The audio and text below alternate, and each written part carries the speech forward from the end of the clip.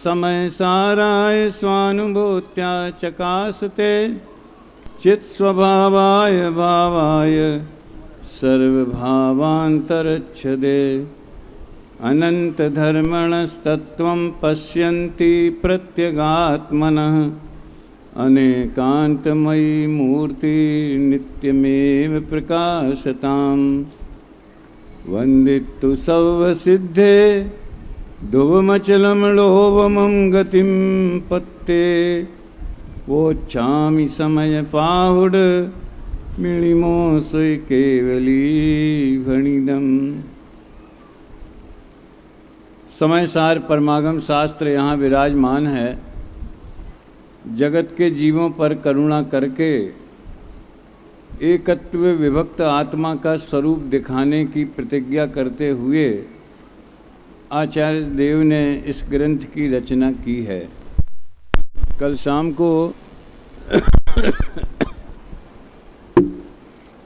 को चौथी गाथा के आधार से अपन ने ये बात समझी है कि एकत्व विभक्त आत्मा का स्वरूप अनादि काल से हमने नहीं जाना, इसलिए मोह रूपी भूत हमारे ऊपर सवार है, अनादि से ही है। अब लंबी व्याख्या करें तो मोह रूपी भूत का क्या स्वरूप है, ये हम अपने वर्तमान लोक जीवन में भी आसानी से देख सकते हैं। मैं सुखी दुखी मैं रंक राव, मेरे धन ग्रह गोधन प्रभाव, मेरे सुत तीय में सबल दीन बेरूप सुभग मूरख प्रवीण। और दिन रात कर्तृत्व और भोक्तत्व, कर्तृत्व और भोक्तत्व, और मैं ऐसा हूँ, मैंने ऐसा किया, मुझे ऐसा करना है, 400 पार करके देश बदलना है। ये तो उनका विषय है, अपन भी उनसे कम नहीं है, हैं?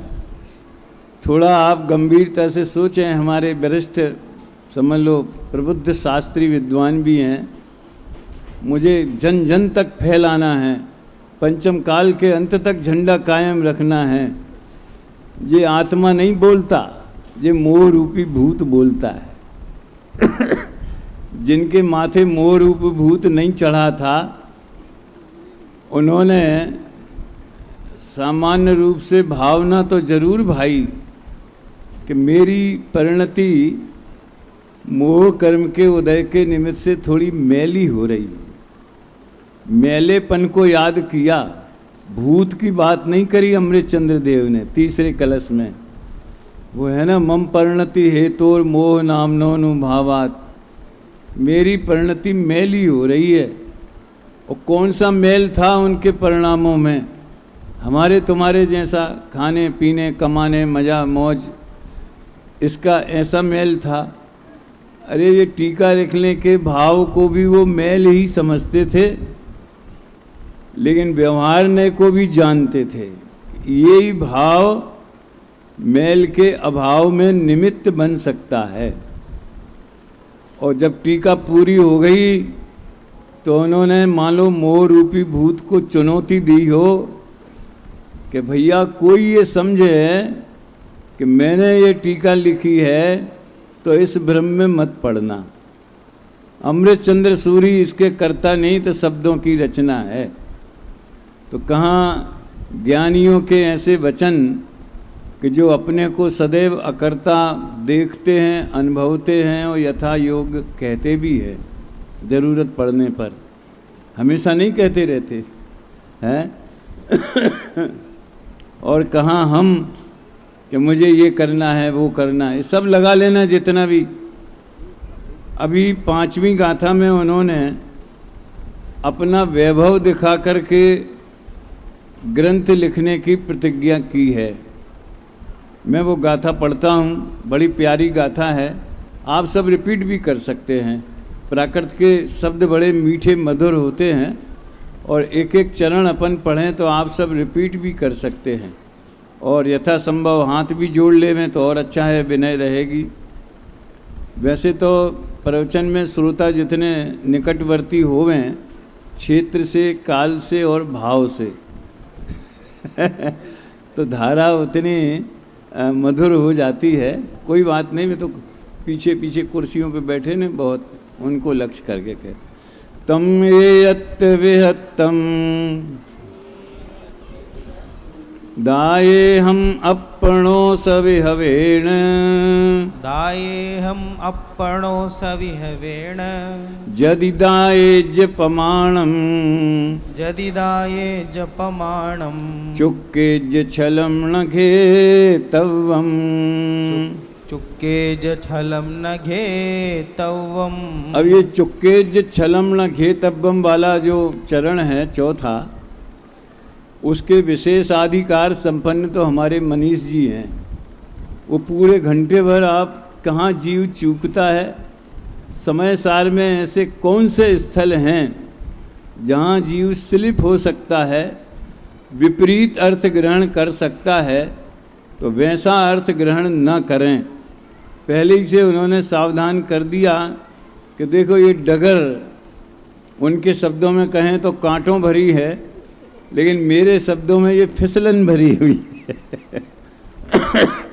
बात तो वही है, कांटे चुभेंगे और फिसल जाएगा तो चोट लगेगी, लेकिन सावधानी हटी और दुर्घटना घटी, ऐसा न हो जाए इसलिए उन्होंने पहले सावधान कर दिया।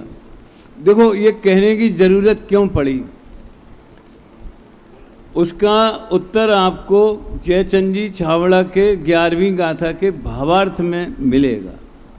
प्राणियों को भेद रूप व्यवहार का पक्ष अनादि काल से है। कल मैंने संकेत कर दिया था भाई, आप श्रोता बदलते जाएं तो मेरी जिम्मेदारी नहीं है, समझ में आया ना। वो तो उत्पाद व्यय वाले होते हैं, अपन ध्रुव हैं। प्राणियों को भेद रूप व्यवहार, और जिसका मैंने कहा था कि हम भक्ति करते, दया दान करते, व्रतशील संयम पालते हैं, ये भी मोक्ष मार्ग का व्यवहार है। तो एक शुभराग रूप व्यवहार जिस पर मोक्ष मार्ग का आरोप आता है, और एक भेद रूप व्यवहार जो जीव के भेदों को बताता है। शुरुआत तो यहाँ से करते कि मनुष्य है, देव है, नारकी है, त्रियंच है, फिर ये आप 29 भाव जो कहे हैं ना 56 गाथा में, 55 गाथा तक, वर्णादि से लेकर रागादि तक 29 भाव हैं। तो ये सब भेद रूप भाव हैं। ये हैं वो तो एक मामूली बात है, समझ लो हैं, लेकिन जीव को उनका पक्ष अनादि काल से है। पक्ष का मतलब ये है कि हम अपने को वैसे ही अनुभव करते हैं, उसके अलावा कोई दूसरी बात हमें दिखती नहीं है, जानते नहीं है। कोई बताए तो हम उस पर ये तो निश्चय की बात है कह के उड़ा देना चाहते। व्यवहार होना अलग चीज़ है। वो तो देखो ज्ञानियों के ज्ञान में निश्चय व्यवहार नए प्रकट होते हैं, वो तो अलग बात है, वो सम्यक ज्ञान प्रकट होता है। लेकिन जो उसका विषय है वो तो सब जीवों पे लागू पड़ता है ना।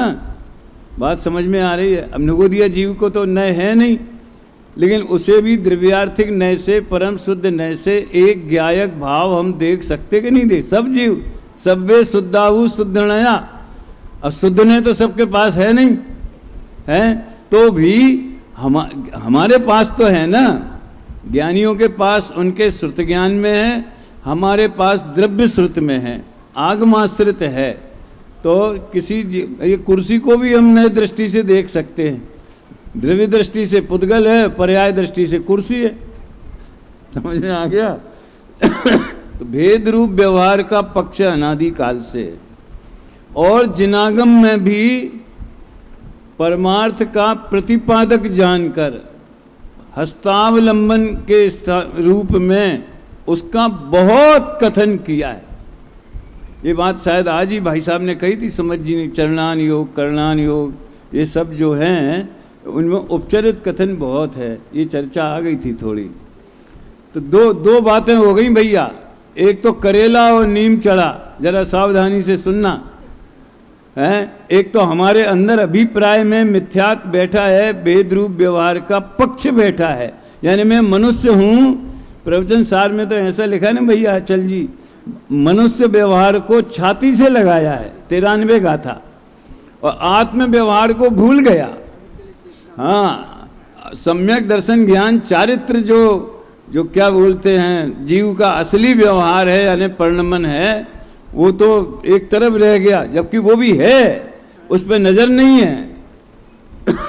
और मैं मनुष्य हूँ, मैं स्त्री हूँ, मैं पुरुष हूँ, मैं बालक हूँ, मैं इत्यादि भेद रूप।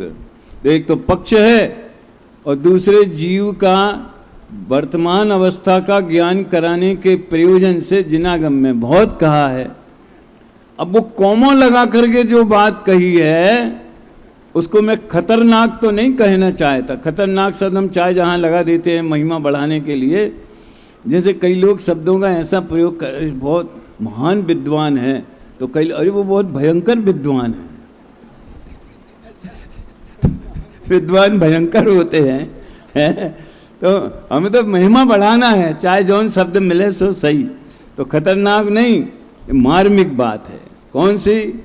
किंतु उसका फल संसार ही है।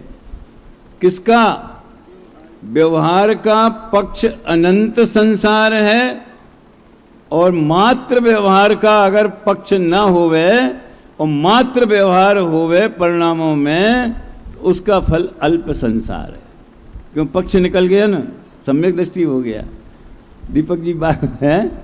तो इस तरह से सारा जिनागम व्यवहार ने की प्रधानता से कथन करता है। और कल का प्रारंभ तो मैंने यहाँ से किया था कि हमें समय सार को हम निश्चय प्रधान ग्रंथ के रूप में जानते हैं, और ये हमारा निर्णय गलत नहीं है। परंतु दूसरी बात भी हमें ध्यान देना चाहिए कि निश्चय प्रधान ग्रंथ होने पर भी इसमें, मैं तो अपने साथी छात्रों से कहता हूँ एक लिस्ट बनाओ, ये गाथा निश्चय ने की प्रधानता वाली है, ये व्यवहार ने की वाली है, देवशास्त्र, कितनी गाथाएं व्यवहार ने। हमारे अभिनंदन जी तो इतना याद रखते हैं कि इस पेज पे इतने बार प्रतीति शब्द आया है, समझ में आया है ना? इस पेज पे इतने, मोक्ष मार्ग प्रकाशक में ऐसा आप कैलकुलेशन करके बता सकते हो कितनी, लेकिन पहचानना पड़ेगा। दूसरी गाथा से ही व्यवहार नए की चर्चा प्रारंभ, नए की नहीं, व्यवहार के विषय की। स्वसमय है, पर समय है।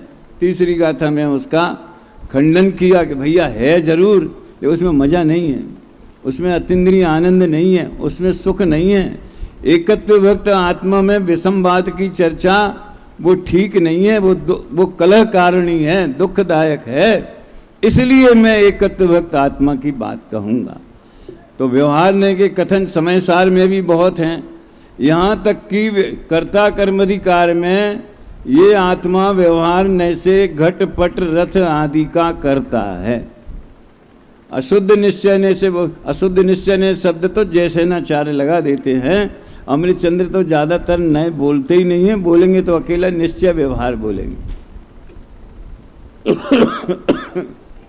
तो जब उसमें ये आएगा घटपट रथ आदि का करता है, तो हमको समय सार में भी तो लिखा है आत्मा घट का करता है, रथ का करता है, इसका वो 100वीं गाथा के बाद में, समझ में आया ना? 100वीं गाथा के बाद में तो उसमें लिखा है, हम वैसे ही मानते हैं। अरे यहीं तो इसीलिए तो कहा चुपके ज छलम लगे तब बम। वो इसके लिए देखो आप, गुरुदेव की इतनी प्यारी और मीठी शैली है, वो तो निमित्त का ज्ञान कराया है। कोई व्यवहार नहीं कि प्रधान कर्म से विकार होता है, ज्ञानावरणादि, उनकी तो कितनी चर्चा चली बड़े बड़े विद्वानों से। तो गुरुदेव बोलते वो तो निमित्त का ज्ञान कराने के लिए कहा गया है। तो कोई उद्धत शिष्य ऐसे भी पूछ लेते हैं, तो काय को कराते निमित्त का ज्ञान, और हम और उसमें फंस जाते। न कराते तो हमें भ्रम तो नहीं खड़ा होता। तो कहते भैया तुम अनादि से निमित्त कोई कर्ता मान रहे हो, निमित्त और उपादान दोनों मिलकर के कार्य करते हैं ऐसा मान रहे हो, इसलिए निमित्त को निमित्त मानना, उपादान नहीं मानना, इसके लिए निमित्त का ज्ञान कराया। तो ये सावधानी रखने की एक बात है। मुझे तो एकत्व व्यक्त आत्मा के लिए आचार्य देव ने जो वैभव की बात कही है, बड़ी प्यारी चर्चा है। इह किल सकलोद्भासिष्यात् पद मुद्रित शब्द ब्रह्मोपासन जन्मा। क्या विशेषण है, सच में वो अमृत झरता है, अमृत झरता है। सकलोद्भासी स्यात् पद। ये जो शब्द ब्रह्म है कैसा है? शब्द ब्रह्म माने दिव्य ध्वनि, जिनवाणी, शुद्ध ब्रह्म परमात्मा, शब्द ब्रह्म जिनवाणी, शुद्धातम साधक दशा, नमो जोर जुग पाणी। जुग पाणी दोनों हाथ जोड़ करके मैं वंदन करता हूँ शुद्ध ब्रह्म को, यानी परमात्मा को। उसमें दोनों आ गए, कार्य समय सार भी आ गया, कारण समय सार भी आ गया। अपने भगवान आत्मनिश्चय के पक्ष में लो तो अपने भगवान आत्मा को, व्यवहार के पक्ष में लो तो अनंत सिद्ध को, पंच परमेष्ठी को। ठीक है, शब्द ब्रह्म जिनवाणी ये है। तो वो शब्द ब्रह्म स्यात् पद मुद्रित है, मोहर छाप लगी हुई है। जैसे कि कंपनियों के वो होते हैं ना प्रोडक्शन, तो वो कंपनी अपना ब्रांड की उसमें मोहर लगा देते हैं, उससे पता चलता है कि हाँ ये उसी कंपनी का माल है। कोई डुप्लीकेट करे, कोई नकली करे तो फिर उस पर केस चल जाता है। तो ये जिनवाणी स्यात् पद से मुद्रित है। कितनी जगह चर्चा आती, शादवाद मई तेरी वाणी, शुभ नय के झरने झरते हैं।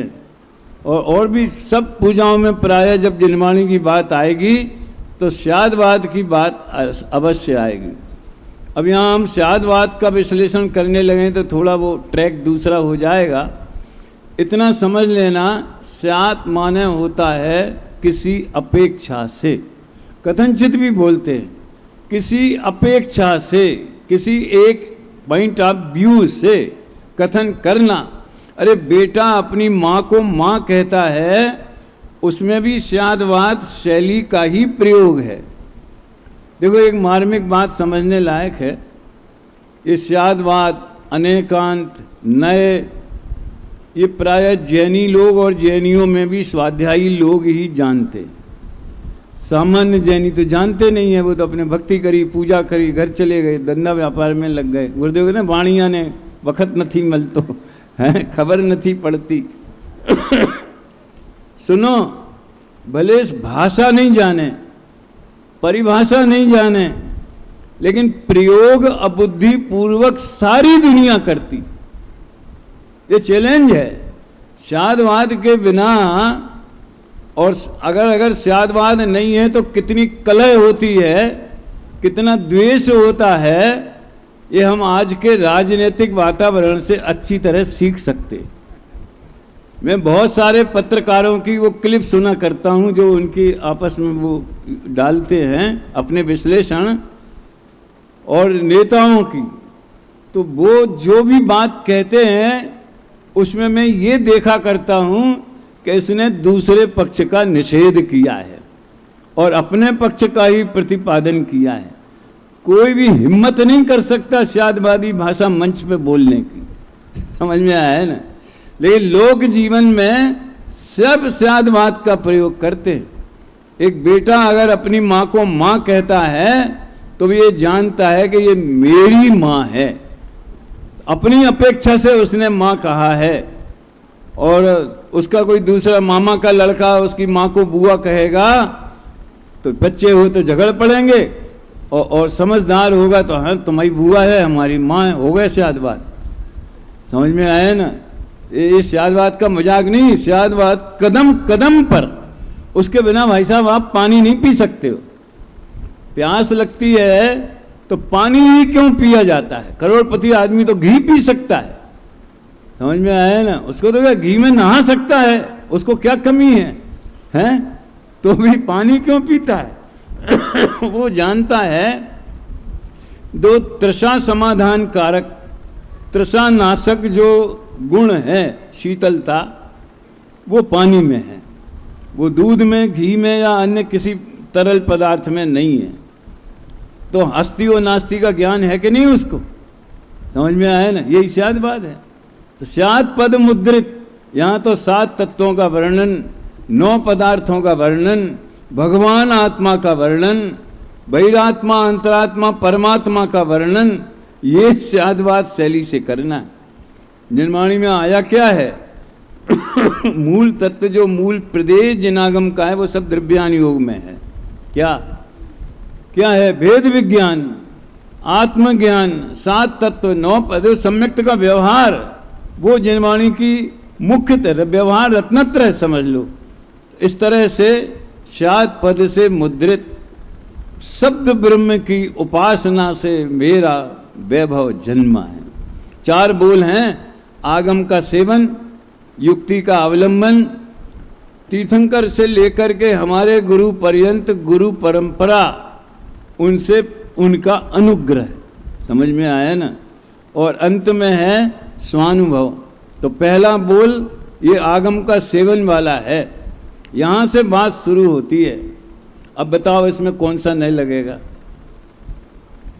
मेरे आत्मा का वैभव 7 पद से मुद्रित जो शब्द ब्रह्म है उसकी उपासना से जन्मा है। तो शब्द ब्रह्म की उपासना से आत्मज्ञान होता है क्या? शास्त्र अभ्यास से होता है क्या? ये भी व्यवहार नहीं, कोई कथन है। परमार्थ से तो उन्होंने उस शब्द ब्रह्म का वाच्य जो आत्म ब्रह्म है उसकी उपासना से वैभव जन्मता है। वैभव माने क्या है? ये रत्नत्रय जो प्रकट हुआ है यही वैभव है, प्रकट होने वाले वैभव की बात है। जन्मा लिखा ना, जन्मा। तो वो शब्द ब्रह्म की उपासना व्यवहार से कही गई, और शब्द ब्रह्म के द्वारा जो कहा गया आत्म ब्रह्म है, शुद्धात्म तत्व है, उसकी उपासना से जन्मा है ये पारमार्थ। इस व्यवहार में वो परमार्थ छुपा हुआ है। ये सत्य आपको कई जगह मिलेगा, बहुत सी जगह ऐसी बात मिलेगी। और वो कैसा है? शब्द ब्रह्म सकलोद्भासी, सकल पदार्थों को प्रकाशित करने वाला, ऐसा स्यादवाद है। फिर देखना, समस्त विपक्ष क्षोध क्षम अति निस्तुष युक्ति अवलंबन जन्मा। ये युक्ति का अवलंबन थोड़ा सरल पड़े, इसके लिए मैं एक प्रसंग याद करता हूँ। ये मैंने बहुत पहले जब हमने समय सार का स्वाध्याय शुरू किया था, शायद 69-70 में, तब से ये 4 बोल हमारे दिमाग में बैठे थे। आगम का सेवन, युक्ति का अवलंबन, गुरु परंपरा से प्राप्त उनका अनुग्रह और स्वानुभव। तो ऐसी एक घटना घटी सन 75 में, जब इमरजेंसी लगी थी तो उसकी अष्टानिका में हम तलोद गए थे 75 में। तो वहाँ बसों पे ये 4 बोल लिखे रहते थे। सेंट्रल गवर्नमेंट ने जगह जगह सूत्र 4 लिखवाए थे। वो कौन से थे किसी को याद नहीं होंगे, लेकिन मुझे तो जरूर हैं। कौन कौन से थे? कड़ी मेहनत, दूरदृष्टि, पक्का इरादा और अनुशासन। समझ में आया ना? और फिर एक वाक्य लिखा रहता था, परिश्रम के अलावा और कोई रास्ता नहीं है, परिश्रमाची पर्याय नहीं। महाराष्ट्र में ऐसा लिखते थे। परिश्रमाची पर्याय नहीं, परिश्रम सिवाय बीजो कोई मार्ग नहीं। ख्याल में आए हैं? तो अपन मेरे उस समय थोड़ा ऐसा आदत थी अपनी इधर का उधर रूपक बनाने की, उधर का इधर बनाने की। फिर किसी ने इंदिरा जी को ये 5वीं गाथा के बोल बता दिए होंगे, तो उन्होंने उसको अपनी राष्ट्रीय भाषा में बदल के ऐसा लिख दिया। अपने यहाँ क्या मंत्र है? स्वाध्याय के अलावा और कोई रास्ता नहीं है। सम्यक्त सन्मुख होने के लिए स्वाध्याय जरूरी है। क्या? जो जिस भूमिका में अपन हैं प्रायः, सम्यक्त सन्मुख होने के लिए स्वाध्याय जरूरी है। फिर सम्यक्त सन्मुख जीव वो सम्यक दृष्टि होने के लिए स्वाध्याय करें। सम्यक्त होने के बाद भेद विज्ञान निरंतर दृढ़ रहे, वो ज्योति फीकी नहीं पड़ जावे, उसके लिए स्वाध्याय करें। आप यूँ समझ लो, स्वाध्याय वाला व्यवहार जो द्रव्य श्रुत का अभ्यास है 6वें गुण स्थान तक चलता है। नित्य करे श्रुत रति करे प्रतिक्रम तजें तन अहमेव को। फिर तो निश्चय स्वाध्याय अस्वाध्याय का फल कहो जो कहो, 7वां उससे ऊपर तो ख्याल में आएगा ना, फिर वो विकल्प ही नहीं है उधर। तो कड़ी मेहनत, आगम का सेवन, इससे मैच करता कि नहीं? ख्याल में आया ना? आगम का सेवन और कड़ी मेहनत, ये दोनों बोल में भाव एक सा निकलता कि नहीं निकलता? और वहाँ की कड़ी मेहनत की बात अलग है। यहाँ तो कड़ी मेहनत का मतलब इतना नहीं कि हम दिन रात ऐसे गमछा ओढ़ के और धूप में खड़े रहोगे, धूप में आओ जाओ और खूब याद करो, सवेरे 4 बजे से उठ कर के याद करना पड़ेगा, फिर परीक्षा देना पड़ेगा। और आजकल तो वो कितनी प्रश्नावली, हर तरफ से प्रश्नावली तो उनने निकाली थी ना पहले विज्ञान वाटिका दिल्ली वालों ने, अब हमारे सब अनेक साथी निकालने लगे। मैंने तो कहा था टोरमल व्यक्तित्व कर्तृत्व की भी प्रश्नावली बनानी चाहिए, हैं? तो ये सब कड़ी मेहनत के रूप हैं। कड़ी का मतलब आपको पसीना निकलेगा और आप थक जाओगे, ऐसा नहीं है उसका अर्थ। उसका अर्थ ये है कि आपको रुचि पूर्वक और थोड़ा बहुत आहार कम करके, ऊनोदर करके, ताकि प्रमाद नहीं आवे, रुचि पूर्वक उसमें समय देना, ये है कड़ी मेहनत। फिर युक्ति का अवलंबन, आगम का सेवन और युक्ति का अवलंबन माने क्या? दूरदृष्टि। देखो दोनों एक सी, युक्ति किसे कहते हैं? ये बात किस अपेक्षा से कही गई है? आत्मा को शुद्ध कहा है कि सब्बे शुद्धाहु शुद्धनया, तो एक शुद्धनय नाम का एक ज्ञान का अंश है, ज्ञान का प्रकार है जो आत्मा को शुद्ध स्वरूप को जानता है, उस आत्मा के शुद्ध स्वभाव से ही उसको देखता है। तो ये भी एक एंगल है, ये युक्ति हो गई। अगर ये युक्ति का अवलंबन यानी अपेक्षा न लगाई जाए, उसी का तो सारा झगड़ा है। आखिर जितने भी लोक व्यवहार में जितने मतभेद होते हैं, राष्ट्रीय जीवन में, सामाजिक जीवन में, हर स्तर पर, पारिवारिक जीवन में, पति पत्नी में, भाई भाई में जितने भी कलह होती है, वो अपेक्षा नहीं समझने के कारण होती। ज़्यादा मैं विस्तार नहीं करना चाहता, लेकिन कुछ बात कहना भी जरूरी समझता हूँ। मान लो पिता जो कहते हैं जेनरेशन गैप, अब जब हम 25 साल के थे तो जो हमारे उत्साह, जो ऊर्जा, जो भावनाएं, जो सपने, अब 75 के होने वाले हैं, अब वो तो नहीं रहेंगे। अब रहेंगे भैया कहीं नहीं जाना, अपना काम करना, शांति से रहना, ये लड़के बेकार परेशान हो रहे हैं। अब हमारा बेटा 25 का हो गया, पोता 15 का हो गया, ख्याल में आया ना?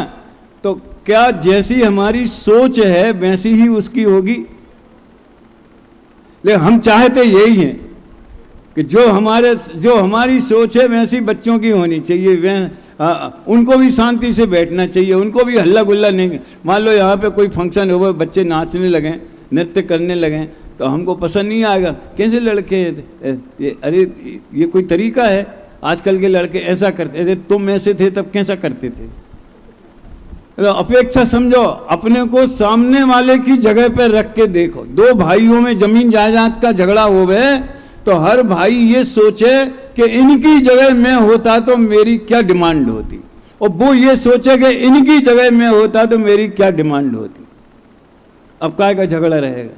युक्ति का अवलंबन, आगम तो पढ़ लिया लेकिन आगम पढ़ के अगर उसको नए विवक्षा से नहीं समझा, नए प्रमाण, नए अधिगम, आचार्य देव ने 7 तत्वों के नाम लिखे और तनि सर्गाद अधिगमाद्वा वो सम्यक्त की परिस्थितियां बताई।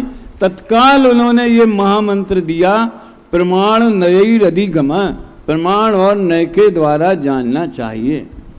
आगम का सेवन करें और उसमें युक्तियां लगाएं, उसमें नए विवक्षाएं लगाएं। 5 इंद्रिय के विषय कषायों में नहीं लगाएं। समझ में आए ना? विषय कषाय के पोषण में युक्तियों का अवलंबन नहीं करें। आगम से जो जाना गया है, 6 डाला में, मोक्षमा प्रकाशक में, तत्वा सूत्र में, समय सार में, धवला जी में, सठखंडागम में, उसमें जो जाना गया है उसमें युक्तियों का अवलंबन लगाएं। आगम का सेवन, देखो भाषा कैसी रखी है, निस्तुष युक्ति अवलंबन जन्मा, ये शब्द ही बड़ा मार्मिक है भैया। निस्तुष क्या होता है? निस्तुष जिसका छिलका निकल गया, तुष माने छिलका, और छिलका निकाल दिया तो ठोस माल बचा दाना, वो निस्तुष है। ये ज्यों ज्यों तुष बिना तंदुल दिपे, ऐसा सिद्ध चक्र विधान की एक पूजा की जयमाला में आता है, ज्यों तुस अक्षत के छंद में, ज्यों तुस बिना। तो हमारी युक्ति ठोस होनी चाहिए, और ठोस है कि पोली है ये कैसे पता चलेगा? इसका निर्णय हम कैसे करेंगे कि हमारी युक्ति ठोस है कि पोली है? सुनो भैया, अगर वो भेद विज्ञान और वीतरागता का पोषण करती है तो ठोस है। और एक समस्या का समाधान और इस प्रसंग में करने की इच्छा है मेरी। हम प्रामाणिकता पूछते हैं, जैसे गुरुदेव ने बात कही है, वो कुंदकुंदाचार्य ने वो ही कही थी, इसका क्या प्रमाण? कोई ये भी कह सकता है, क्योंकि आगम तो हर एक अपना अपना आगम को प्रमाणिक मानते हैं, दूसरे के आगम को थोड़ी मानते हैं। क्या वो है ना अपने आप्तमीमांसा में वो आप तो सभी की जगह हैं, सभी अपने आप को प्रमाण मानते हैं। तो कोई ये शंका करे कि कुंद ने लिख दिया, जिनवरों ने कहा है, क्या प्रूफ? हर कोई अपने अपने शास्त्रों को सही मानता है, और अपने भीतर भी हम जो व्याख्या कर रहे हैं हमें वो सही लगती है, जो हमसे सहमत नहीं है वो जो व्याख्या करते उन्हें वो सही लगती है। अब निर्णय करने वाला कंफ्यूज हो गया। तो कुंद ने कही है, वो गणधर ने वो ही कही थी। गणधर के सामने कुंद थे क्या? और जो गणधर की वाणी में आई है, इतना तो भरोसा है कि उन्हें तीर्थंकर की धुनी सुनी, अंग रचे चुनी, है ना। लेकिन परंपरा से कहीं गड़बड़ तो नहीं हो गई, स्खलन तो नहीं हो गया? इसका क्या प्रूफ है? कोई घबराने की जरूरत नहीं है। एक फार्मूला रखना भैया, एक सूत्र याद रखना प्रामाणिकता के लिए। अगर वो वाणी भेद विज्ञान और वीतरागता का पोषण करती है तो वो जिनेश्वर के अनुसार कही, वो जिनवाणी ही है। वीतरागता की पोषक ही जिनवाणी कहलाती है। उसमें वेद ज्ञान तो नहीं लिखा, अरे वेद ज्ञान गर्भित है, वेद ज्ञान के बिना वीतरागता नहीं होती। इसलिए स्वपर भेद विज्ञान और आश्रव बंध का अभाव और संबल निद्रा का प्रादुर्भाव, तो भेद विज्ञान और वीतरागता का पोषण होवे तो वो जिनवाणी। अब चाहे कोई कहे उसे, समझ में आया ना? इस तरह से निस्तुष युक्ति अवलंबन जन्मा। अब देखो भैया, निर्मल विज्ञान घन अंतर निमग्न परापर गुरु प्रसादी कृत शुद्धात्म तत्वानुशासन जन्मा। ये एक एक टुकड़ा है, एक एक बोल का है। पहले भी हम पढ़ते थे तो बड़ा आनंद आता था इसमें। देखो, अध्यात्म का रस तो गुरुदेव के प्रताप से लग गया था, लेकिन हमें न्याय की और व्याकरण की बहुत कमी महसूस होती थी। अभी ऐसा लगता था अगर हम भी ये संस्कृत जानते होते तो और ज़्यादा उसका दोहन अच्छी तरह से हो सकता था, सीधा भाव भाषण हो सकता था। अब वो पूर्ति जयपुर से हुई है। क्या लिखा? तुम भी भर्ती हो सकते हो। हाँ निर्मल विज्ञान घन अंतर निमग्न। वाह, विज्ञान घन स्वभाव में अंतर निमग्न डूबे हुए कौन? हमारे गुरु, गुरु प्रसादी कृत। अब ये व्यवहार ने खड़ा हो गया, समझ में आया ना? अभी तो इसमें 3 जगह व्यवहार नहीं मिलेगा, हम तो एक ही बता रहे। हमारे गुरु, गुरु के प्रसाद से। प्रसाद क्या होता है? अन्य मत में तो प्रसाद की बहुत माने, पूजा करेंगे, दर्शन करेंगे, थोड़ा सा ले आएंगे, थोड़ा थोड़ा प्रसाद ले लो, भगवान का प्रसाद ले लो। वो परंपरा कैसे चली मैं उस इतिहास में नहीं जाता, लेकिन प्रसाद माने आप तो परीक्षा जब पढ़ी क्या है? श्रेयो मार्गस्य संसिद्धि प्रसादात परमेष्ठिना। परमेष्ठियों के प्रसाद, देखो प्रसाद अलग है, प्रासाद अलग है। मुझको न मिला सुख क्षण भर भी कंचन कामिनी प्रासादों में। वहां प्रा में आ की मात्रा लगी है, उसका मतलब है भवन, महल। ख्याल में आया ना? और प्रसाद माने होता है प्रसन्नता। तो पंच परमेष्ठी के प्रसाद से मोक्ष मार्ग की सिद्धि होती है। ठीक है? तो उन्होंने कहा, शिष्य ने पूछा, हमारे पंच परमेष्ठी तो वीतरागी हैं, वो क्या प्रसाद देंगे, वो क्या प्रसन्न होंगे? वो शिष्य पे न प्रसन्न होते हैं और न अशिष्य के ऊपर नाराज होते हैं। न देखो, उनके वाणी सुनने से, उनकी भक्ति करने से, उनका मार्ग समझने से शिष्य के भीतर जो प्रसन्नता होती है वही पंचपरमेष्ठियों का प्रसाद है। अगर आपको मान लो गुरुदेव का टेप यहाँ सुना, यहाँ के व्याख्यान सुने और चित्त प्रसन्न हुआ कि वाह बड़ा आनंद आया, वेद विज्ञान की और आत्मानुभूति की बहुत बढ़िया बात आई, समझ लो आप सब प्रसाद लेकर के जा रहे हैं।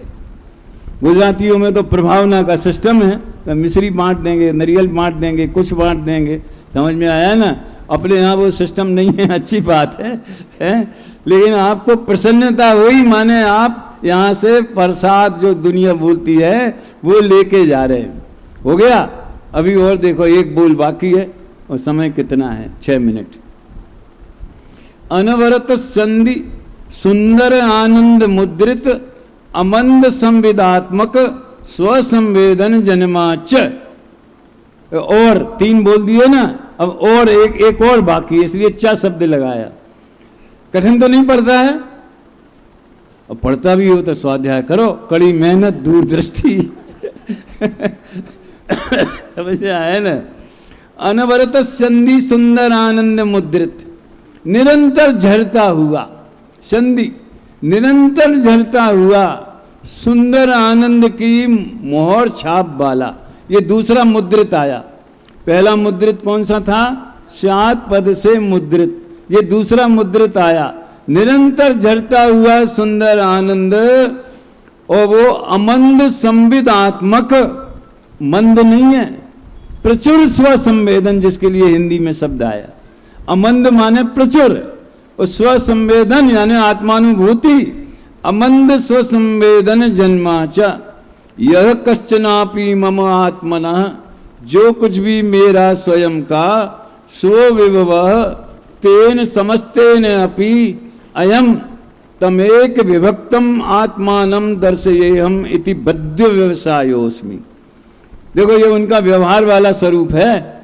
कमर कस के तैयार हैं गुरु, कमर कस के तैयार। बद्ध व्यवसाय माने मैं प्रतिबद्ध हूं। जो अपन संकल्प करते हैं ना, उसको एक बार संस्कृत में भी बना लेना चाहिए, और एक बार संस्कृत में बुलवाओ, एक बार हिंदी में बुलवाओ, है इति, उसमें संस्कृत में ये आएगा, इति बद्ध व्यवसाय उसमें। आज हम दृढ़ संकल्प करते हैं, उनका तो संकल्प है भैया, वे अपना संकल्प पूरा करके चले गए, और हम उसको पढ़ने के लिए, उसको समझने के लिए, उसको चर्चा का विषय बनाने के लिए, उसको अपने जीवन का अंग बनाने के लिए, क्या हम बद्ध व्यवसाय उसमें हैं? तो चलता है, एक पीरियड स्वाध्याय का हो गया। देखो इस एक बात कह के मैं पूरी करता हूँ, 4 बोल हो गए, वह भी हो गए ना। आगम का सेवन, कड़ी मेहनत, दूरदृष्टि, पक्का इरादा, दूरदृष्टि से निर्णय पक्का होवे, और फिर अनुशासित जीवन होवे, वो उनकी बात थी। अपने यहाँ स्वानुभूति तक बात आई। देखो अपन भोजन करते हैं 24 घंटे में 3 टाइम करते, कोई 4 टाइम करते हो, नाश्ता करते, दोपहर में चाय पीते, कितना टोटल मिला लो कितना देर होती, कितना टाइम जाता है? क्यों है? घंटे भर से ज़्यादा होता। 4 टाइम का मिला लो आप। अब कोई बिल्कुल ही बैठे बिल्कुल है, लेकिन उसकी ऊर्जा, उसकी शक्ति, उसका पावर 24 घंटे काम करता है कि नहीं करता? ये स्वाध्याय भी आत्महित का ऐसा ही भोजन है। समझ में आया? जो हम कहते हैं, आप अगर 1 घंटा भी अगर अच्छी तरह से, भले आधा घंटा सुबह आधा घंटे शाम, जैसी सुविधा होवे, आप मन लगा करके मनोयोग पूर्वक अध्ययन करें, चाहे प्रवचन सुने या पढ़ें, जो भी होवे, उससे इतनी ऊर्जा मिल जानी चाहिए कि आप दुकान पर होवें तो भी। कल भाई साहब एक बहुत मार्मिक बात कह रहे थे। पंडित जी साहब ने उनसे कहा, चक्रवर्ती के इतने 96,000 रानियाँ 6 खंड की विभूति होती है, तो वो छुट्टी लेने की नहीं सोचते हैं। जब सोचते हैं तो फिर दीक्षा ले लेते हैं। समझ में आया ना? मतलब उसमें भी उनकी आत्मानुभूति और अंदर के वेद विज्ञान की धारा चालू रहती है। तो हमारे जो स्वाध्याय का रस जो है, ये हमारे दैनिक जीवन में, भोजन बनाते समय, भोजन करते समय, दुकान पर बैठे समय, दूसरे लौकिक कार्य करते समय भी इसकी जो खुमारी है वो मंद नहीं पड़े तो समझ लो स्वाध्याय सच्चा है, वो ऐसी खुराक हमें देता है।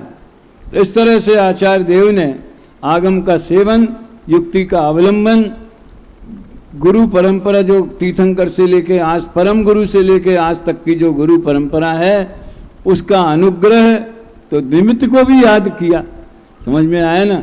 आगम का सेवन भी निमित्त है, युक्ति का अवलंबन वो अपनी तरफ से उसमें लागू होगा, और युक्ति भी आगम में लिखी हुई है। आगे जो जीवजी अधिकार में जहाँ अज्ञानी की मान्यताओं का खंडन किया है वहाँ आगम गर्भित युक्ति, ऐसा वो युक्ति भी आगमाश्रित है, तर्क भी आगमाश्रित हैं। तो ये ऐसा अनुपम ग्रंथ है, वो कठिन बिल्कुल नहीं है। मैं तो कभी कभी सोचता हूँ विषय वस्तु बड़ी सरल है लेकिन हमें उस भाषा का अभ्यास नहीं है, तो हमारी दशा वैसी हो जाती है जैसे ब्राह्मण ने मिलेच्छ को स्वस्ति कहा तो उसे कुछ समझ में नहीं आया, जब अर्थ पता चला तो इतना खुश हुआ कि आंखों में खुशी के आंसू झरने लगे हैं। तो इसलिए टोडरमल जी ने कहा है थोड़ा बहुत न्याय व्याकरण का अभ्यास होना चाहिए। तो इस दिशा में हम अग्रसर हो गए। आज का समय हो गया, अब कल अपन समय सार का उद्घाटन करेंगे छठवीं गाथा से।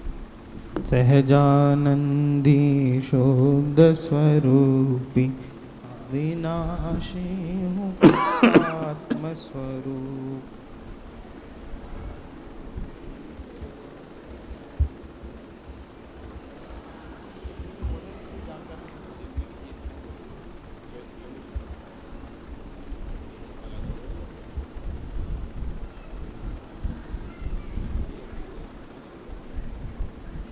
हेलो, अभी हम सभी ने निज वैभव की उत्पत्ति किस प्रकार हुई है आचार्य को, और उसी के माध्यम से हम सभी को भी किस तरह आत्मानुभव की ओर अग्रसर होना है, इस बात पर विशेष व्याख्यान आदरणीय भाई साहब का हम सभी ने सुना है। सत साहित्य की जो सूचना सुबह आपको दे दी गई थी उस पर सभी साहित्य पर 50% की छूट दी जा रही है। भीलवाड़े से श्रीमान शशिकांत जी, धीरज जी, अजमेरा परिवार की ओर से ये 50% की छूट पूरे शिविर तक रहेगी। हम उनका हार्दिक आभार व्यक्त करते हैं। और आज का जो भोजन है वह श्री निहाल चंद जी की स्मृति में श्रीमती अचरज जी देवी एवं गेवर चंद जी ओसवाल जयपुर, इनके परिवार की ओर से आज का भोजन उसके वे दातार हैं, हम उनका भी हार्दिक आभार व्यक्त करते हैं। और आप सभी भोजन के लिए आमंत्रित हैं। और दोपहर के कार्यक्रमों में मैंने सुबह भी आपको सूचना दी थी, 1:45 बजे से 2:15 बजे तक पूज्य गुरुदेव श्री का सीढ़ी प्रवचन चलेगा। 2:15 से 3 बजे तक पंडित नीलय जी शास्त्री आगरा वालों का व्याख्यान होगा। 3 बजे से 4 बजे तक अखिल भारतीय विद्वत परिषद का एक बहुत सुंदर कार्यक्रम सम्मेलन यहाँ संपन्न होगा। डॉक्टर वीर सागर जी दिल्ली से पधारे हैं उस विशेष कार्यक्रम के लिए। 4 बजे से प्रशिक्षण कक्षाएं, दोनों प्रशिक्षण कक्षाएं 5:30 बजे तक चलेंगी। 6:45 बजे से 7:30 बजे तक गुणस्थान विवेचन की कक्षा इसी प्रवचन मंडप में डॉक्टर प्रवीण कुमार जी शास्त्री इंदौर वाले लेंगे।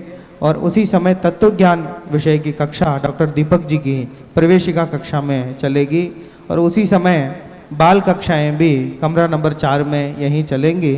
7:30 से 8 बजे तक दिनेंद्र भक्ति, 8 से 8:45 बजे तक आदरणीय पंडित जी साहब का व्याख्यान, और 8:45 से 9 बजे तक सूचनाएं।